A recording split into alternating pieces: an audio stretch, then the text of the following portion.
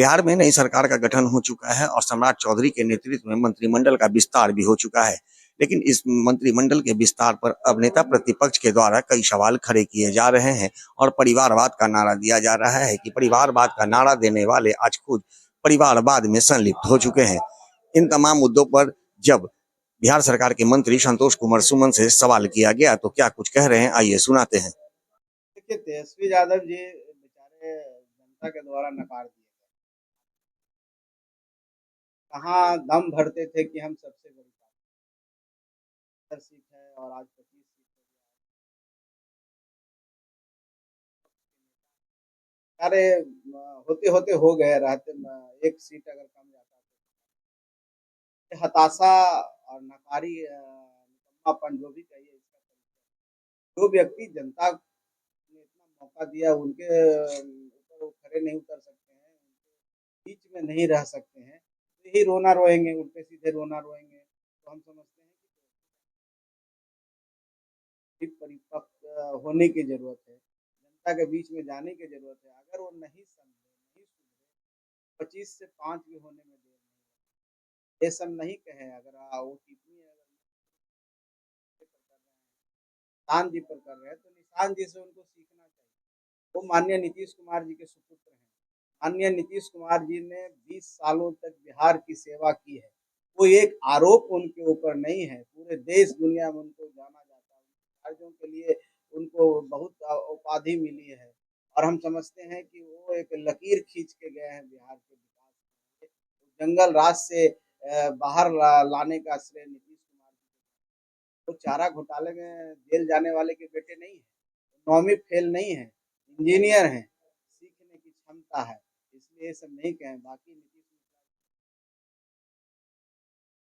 आई नहीं है। जहाँ तक संतोष सुमन का बात है, भी कोई डायरेक्ट आया नहीं है, संघर्ष करके आया है। हम दूसरे पार्टियों में रहे हैं, भारतीय जनता पार्टी में भी रहे हैं, कार्यकर्ता के रूप में काम किए हैं, सामाजिक सेवा भी किए हैं, तब जा करके हमने ये काम किया है और संघर्ष से मैंने सीखा उनके जैसा। उनको तो नीतीश कुमार जी ने जीवन दान दिया, उनको 2 बार उनको मौका मिला और जब मौका मिला तो वो कह रहे थे कि मैं ही टीचर का बहाली कर रहा हूँ। सही तरीके से सब हो रहा है।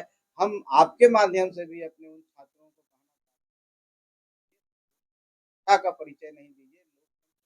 आपकी सरकार सुन रही है और ये सरकार करीब 5 लाख के आसपास शिक्षक की बहाली कर चुकी है और आने वाला समय में फिर होगा। तो हम समझते हैं कि धैर्य का परिचय रखना चाहिए। लॉ एंड ऑर्डर किसी को नहीं लेना चाहिए। अगर लॉ एंड ऑर्डर अपने हाथों में लीजिएगा तो स्टूडेंट नहीं है, अच्छे स्टूडेंट अच्छे छात्र सीखते हैं और सरकार आपके लिए सोच रही है। माननीय सम्राट नीतीश कुमार संकल्प है कि हम इतने लोगों को 1 करोड़ नौकरी देंगे, 5 साल में 1 करोड़ रोजगार और नौकरियां देंगे। तो हम सबको धैर्य रखना चाहिए। बिहार प्रगति तरक्की के पथ पर बढ़ चुका है। हमारा टारगेट है कि हम कैसे बिहार को अग्रणी राज्यों में शामिल करें। इसके लिए हम लोग कृत संकल्प हैं। हम समझते हैं कि बोलने दीजिए, उनके बोलने से कोई प्रभाव नहीं पड़ता है। हारा हुआ खिलाड़ी, 12वां खिलाड़ी जो सिर्फ पानी ढोने का काम किया है, आज राजनीति में भी पानी ढो रहे हैं। बीजेपी ने 5 लोगों को कि मैंने कहा ना कि डेमोक्रेसी में लॉ एंड ऑर्डर हाथ में लेने का कहीं तो जैसा कि आपने सुना, संतोष कुमार सुमन ने सीधे तौर पर तेजस्वी प्रसाद यादव को बेचारा कहकर संबोधित किया और कहा कि वो तो एक क्रिकेट के बोरो प्लेयर के रूप में काम कर रहे थे। जो लोग खुद परिवारवाद की राजनीति में घिरे हुए थे, आज वो परिवारवाद और अपराध की बात कर रहे हैं। ऐसे में उनका ये सवाल उठाना कहीं से भी लाजिमी नहीं है।